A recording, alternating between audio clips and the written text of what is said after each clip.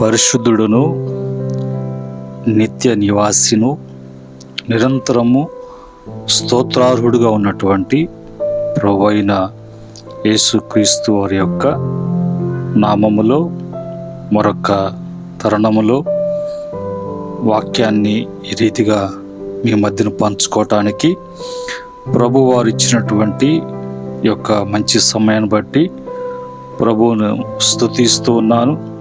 అదేవిధంగా కూడి ఉన్న మీకు అందరూ కూడా ప్రభు పేరిట మీకు శుభములు తెలియజేస్తున్నాను. ఎల్లవేళలా నా దేవుడు మంచి మేలు శుభము యేసుక్రీస్తు వారి ద్వారా మీకు అందరూ కూడా అనుగ్రహించబడునుగాక. ఆమేన్. ప్రియమైనటువంటి దేవుని బిడ్డలారా, ఈ దినాన దేవుని యొక్క వాక్యాన్ని మనం చదువుకొని ఆ వాక్యాన్ని మనం ధ్యానం చేసుకుందాం. యెహెజ్కేలు గ్రంథము 36వ అధ్యాయము 9వ వచనములో ఉన్నటువంటి మాటలను మనము ఈ సమయంలో చదువుకొని ధ్యానం చేద్దాం. యెహెజ్కేలు గ్రంథము 36వ అధ్యాయము 9వ వచనములో ఉన్నటువంటి మాటలు.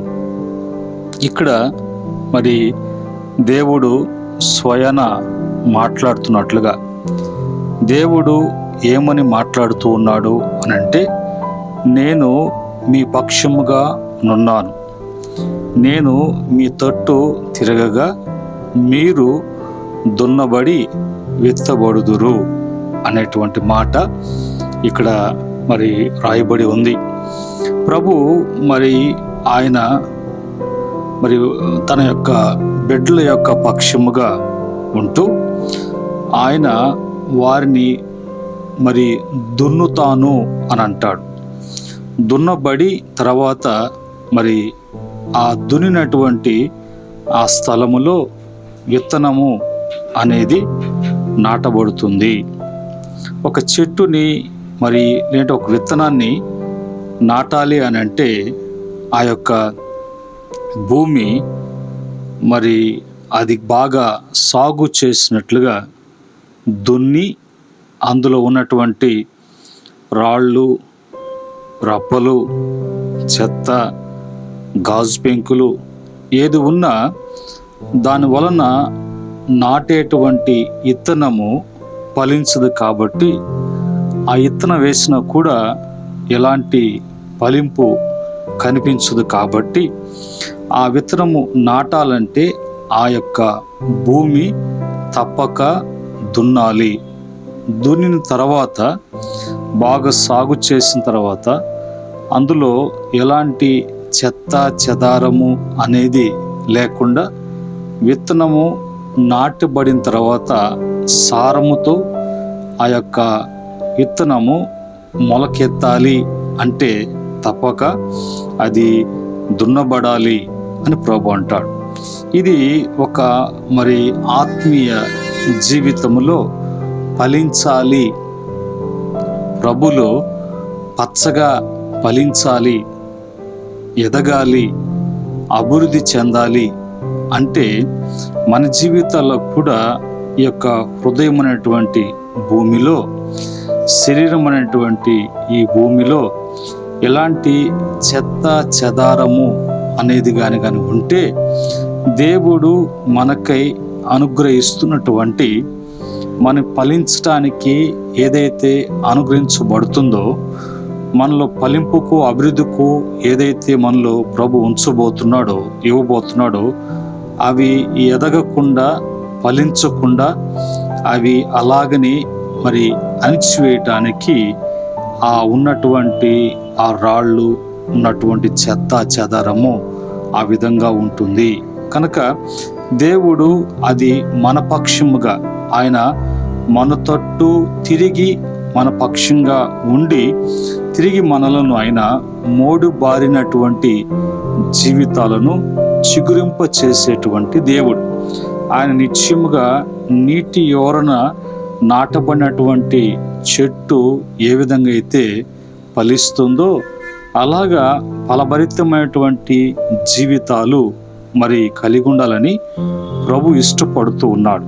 కనుక ఈ మాటను బట్టి మనది మరి మోడు బారినట్టుగా బీడు బారినట్టుగా ఉన్నటువంటి స్థితిలో కానీ ఉంటే ప్రభు వలన మనకు అనుగ్రహించబడేటువంటిది ఏది కూడా మనలో ఫలించదు, ఫలభరితంగా ఉండదు అనే విషయాన్ని గ్రహించుకోవాలి, తెలుసుకోవాలి.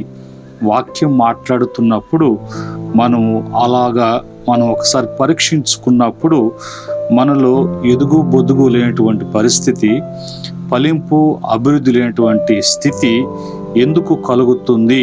అన్నీ ఉన్నా కూడా మాలో తగినటువంటి అభివృద్ధి కనిపించటం లేదే, మరి మేము ఫలించటం లేదే అనేటువంటిది, ఎందుకు అలాగా ఫలించటం లేదో అనేది అర్థమవుతుంది. అందుకనే భక్తుడు అనేటువంటి దావీదు అంటాడు, నీ మందిరములో పచ్చని నాటబడినటువంటి పచ్చని ఒలీవ మొక్క వలె నేను ఉన్నాను అని అంటాడు. కనుక అది నాటబడినటువంటి స్థలము సారవంతమైనటువంటి స్థలము, బీడు బారినటువంటి స్థలము కాదు. కనుక నాటబడినటువంటి ఆ చెట్టుకి కావలసినటువంటి పోషణ అనేది లభించేది ఆ యొక్క సన్నిధి. అందుకని యేసు ప్రభు వారు కూడా నిజమైనటువంటి ద్రాక్షవల్లి నేను, మీరు తీగలై ఉన్నారు. ఎవరైతే నాతో అంటగట్టబడి ఉంటారో వాళ్ళు పచ్చగా ఫలిస్తూ ఉంటారు. ఎందుకంటే మరి ఆ సారమును ఇచ్చేటువంటి వాడు నేనే కదా.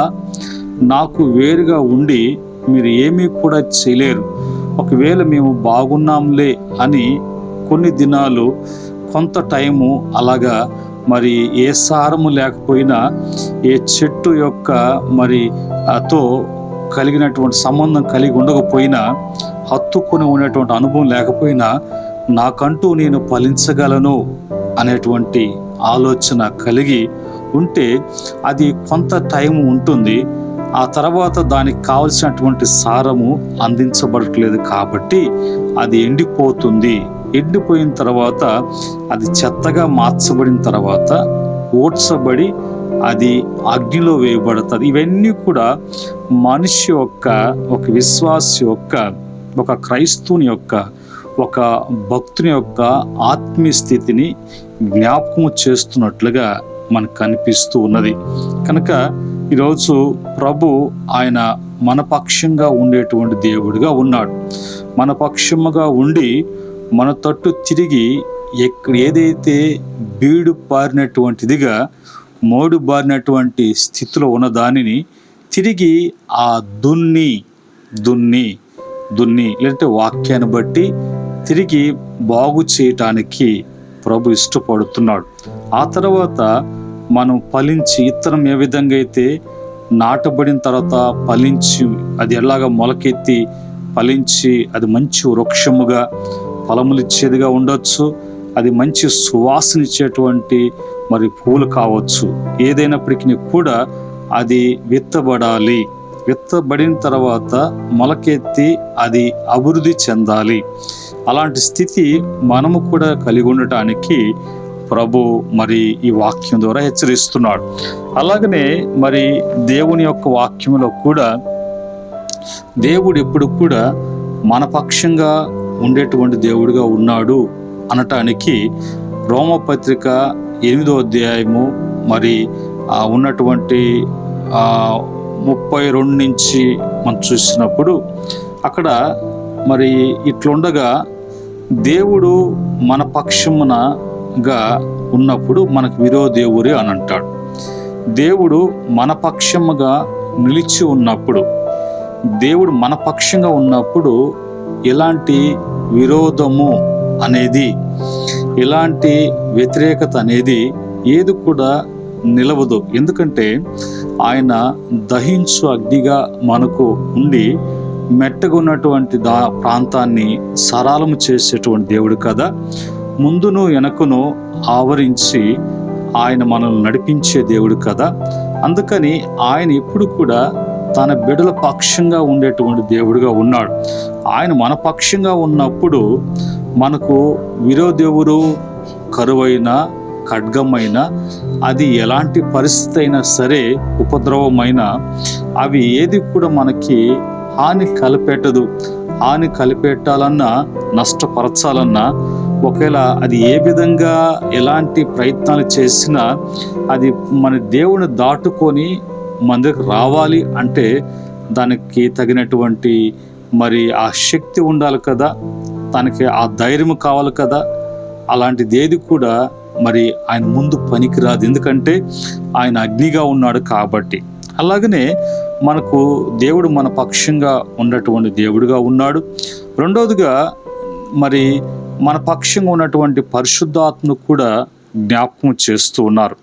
రోమపత్రిక 8:26 ప్రకారముగా, అటువలే ఆత్మయు మన బలహీనతలను చూచి సహాయం చేయుచున్నాడు. ఎలయనగా మనము యుక్తముగా ప్రవర్తించడానికి కానీ, యుక్తంగా ప్రార్థన చేయటం కానీ, యుక్తముగా నడుచుకోవటం కానీ తెలియదు కాబట్టి, మనకి చేతగానటువంటి వారముగా ఉన్నాం కాబట్టి, తెలియనటువంటి వారంగా ఉన్నాం కాబట్టి,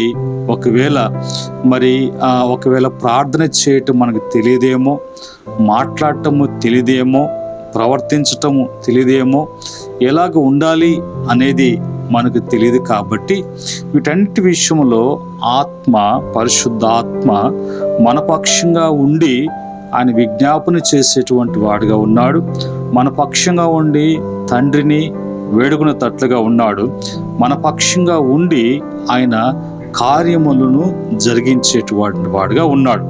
అలాగనే తిరిగి మరి మూడో మాటగా చెప్పుకోవాలంటే, హెబ్రీ పత్రిక 6వ అధ్యాయము 20వ వచనంలో కూడా మరి నిరంతరము మెల్కీసెదెకు క్రమము చొప్పున ప్రధాన యాజకుడైనటువంటి యేసు అని రాయబడింది.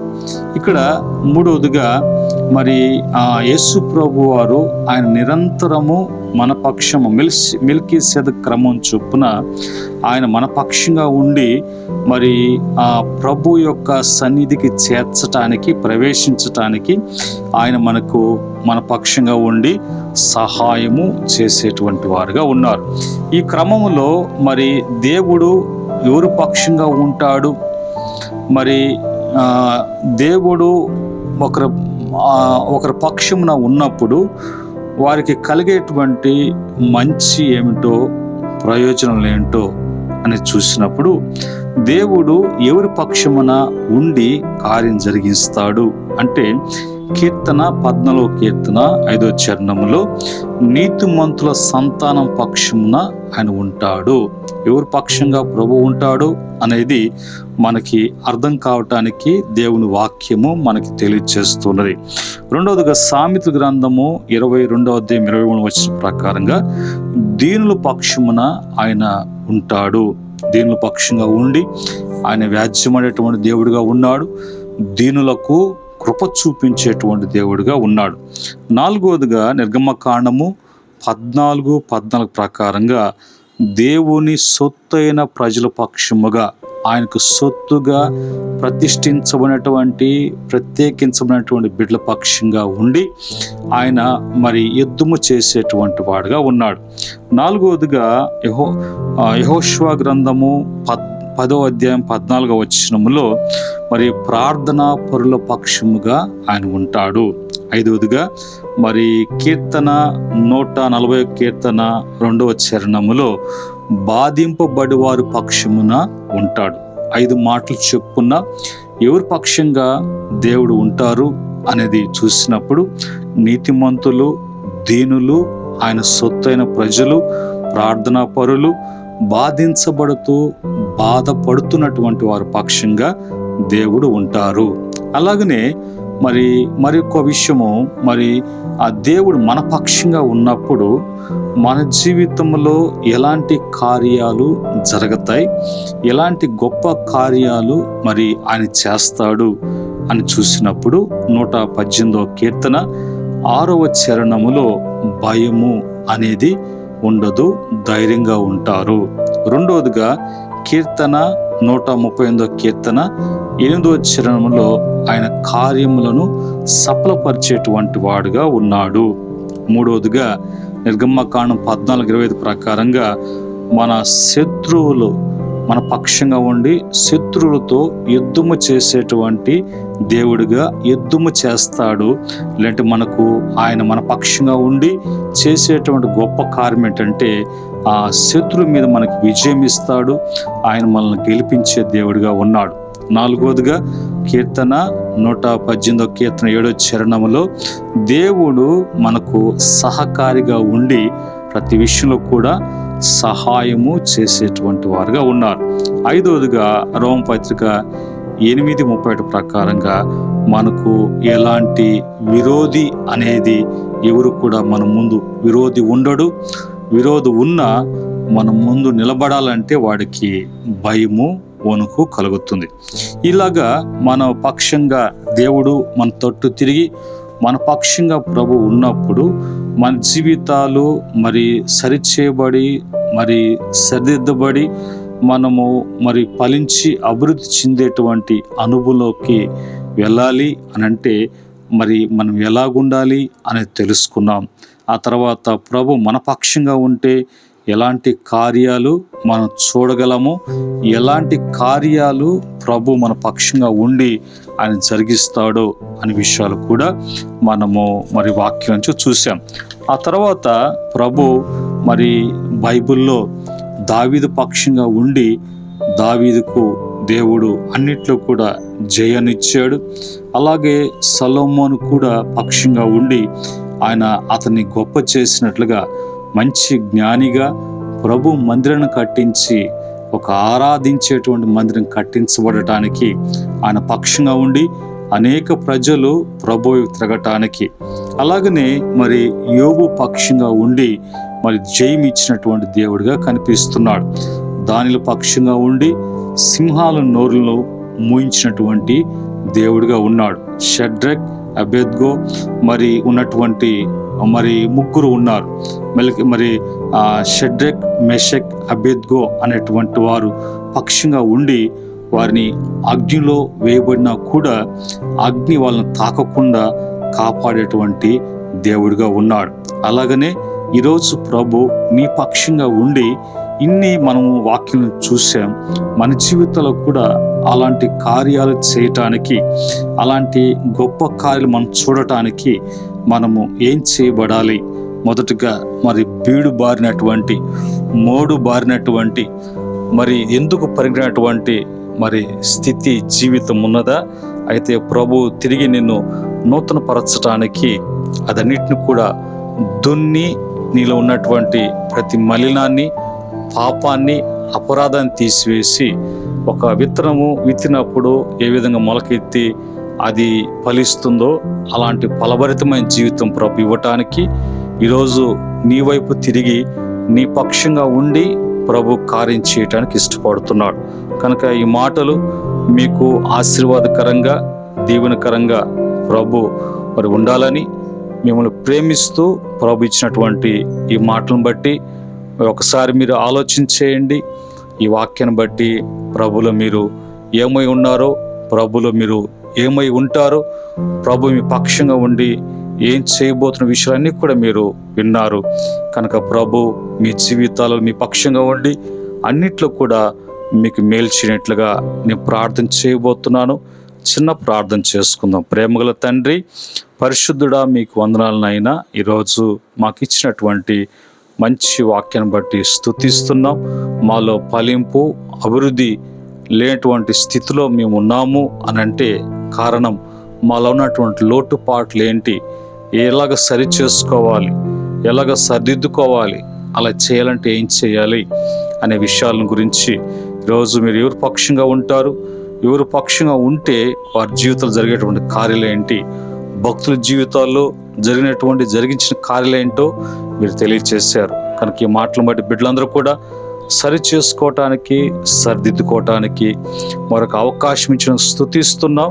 తిరిగి బిడ్డలను ప్రభా నీతో అంటగట్టబడి ఫలించే అనుభవాన్ని దయచేయమని, సఫలపరచమని యేసుక్రీస్తు నామములో అడిగి వేడుకుంటున్నాము తండ్రి.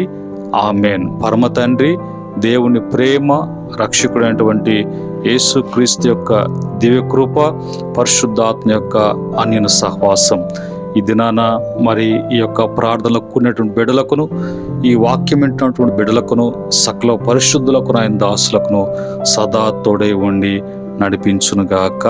ఆమేన్. దేవుడు మిమ్ములను, మీ కుటుంబాలను కలిగిన యావత్తు కూడా మంచి మేలు శుభములు యేసుక్రీస్తు ద్వారా కలుగునుగాక. ఆమేన్.